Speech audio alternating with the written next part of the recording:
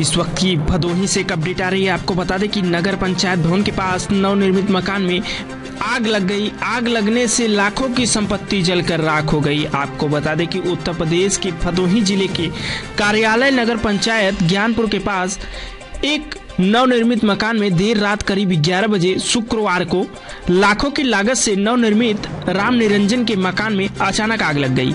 आग लगने से मकान में रखी शटरिंग के लिए लकड़ी के बांस और बल्लियों तथा अन्य सामान जलकर राख हो गए।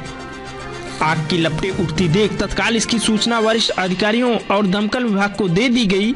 इसके बाद सूचना पाकर पहुंची फायर ब्रिगेड की टीम ने आग पर काबू पा लिया। मिली जानकारी के मुताबिक शुक्रवार के दिन काफी रात होने के कारण नगर पंचायत कार्यालय में कोई कर्मी मौजूद नहीं था। ऐसे में अचानक आग और धुआं की लपटों को देख तत्काल इसकी सूचना जिला के डीएम सहित अन्य अधिकारियों को दी गई। उसके बाद पहुंचे कर्मी जब तक दमकल की टीम बुलाते तब तक स्टोर रूम में रखे सामान जलकर राख हो गया था। हालांकि सूचना के थोड़ी देर बाद ही फायर ब्रिगेड की टीम मौके पर पहुंच गई, जिसके पहुंचने से आग को फैलने से रोक लिया गया। पिछले कई दिनों से पुराने भवन से नए भवन में निर्माण के बाद मकान के शटरिंग का कार्य चल रहा था।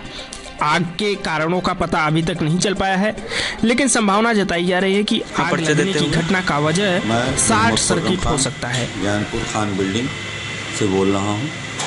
बगल में मेरे रात में कल एकाएक मेरा बेटा ऊपर टहल रहा था तो उसको लपट लगी गुप्ता जी कपड़े की दुकान के बगल से। तो उसने सोचा कि शायद बगल में लिट्टी चोखे की लगाए होंगे छत पे लोग, इसलिए होगी। लेकिन बाद में ये सामने पड़ोस के एक लोग थे, उनके बेटे ने देखा तो वो गया।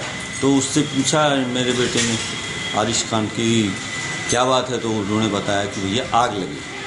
तो फिर जल्दी से उतर के वो आया और बड़े भाई मेरे मोहम्मद राशिद खान है, उनको बताया भैया। फिर और वो दोनों लोग गए, शटर खुलवाए तो देखा बहुत भयानक आग लगी हुई थी। बगल में गुप्ता जी कपड़े वाले की दुकान भी थी, उसके बगल में गणेश चौरसिया जी हैं, उनका मकान था। लपट इतनी तेज़ थी कि ऊपर थोड़ा सा बारजा खुला हुआ था छत का, वो ऊपर तक जा रही थी। ऊपर से भी झांकने में नहीं बन रहा था। फिर ये गुप्ता जी के बेटे ने वहाँ ऊपर से पानी डालना शुरू किया और फिर हम लोगों ने फायर ब्रिगेड कॉल की। उसको आने में थोड़ा वक्त लगा। अब करने चूँकि फायर ब्रिगेड यहाँ नहीं है, फायर ब्रिगेड मूसी में चला गया है। फिर भी मेरी रिक्वेस्ट है कि फायर ब्रिगेड की एक आध गाड़ियाँ यहाँ पुलिस लाइन में होनी चाहिए, क्योंकि मुख्यालय यहीं पे। लोकल में इतनी दूर से आने में जब से आएगी तब तक पता लगा जल जला के राख हो जाएगा।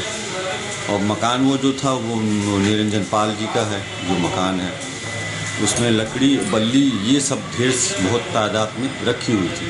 काम लगा था, काम लगने के बाद सब उसी में पड़ा हुआ था, तो उसी में आग लगी। कैसे लग गई आग ये नहीं बता पाए, क्योंकि पता ही नहीं लगा कैसे लगी। आग जब अपनी चरम सीमा पे थी तब हम लोगों को खबर लगी। तो टोटल मिला के फिलहाल कोई क्षति वैसी नहीं हुई, जान की क्षति नहीं हुई। माली हालत में ये है कि बल्ली पटरे ही थे वही जले। अगल बगल के जो मकान थे वो बच गए, क्योंकि गुप्ता जी की मकान थी, दीवार बहुत पतली थी, 5-5 इंच की ही थी। उसमें दिक्कत होती अगर इन लोगों की आग दीवार से टच होके जाती।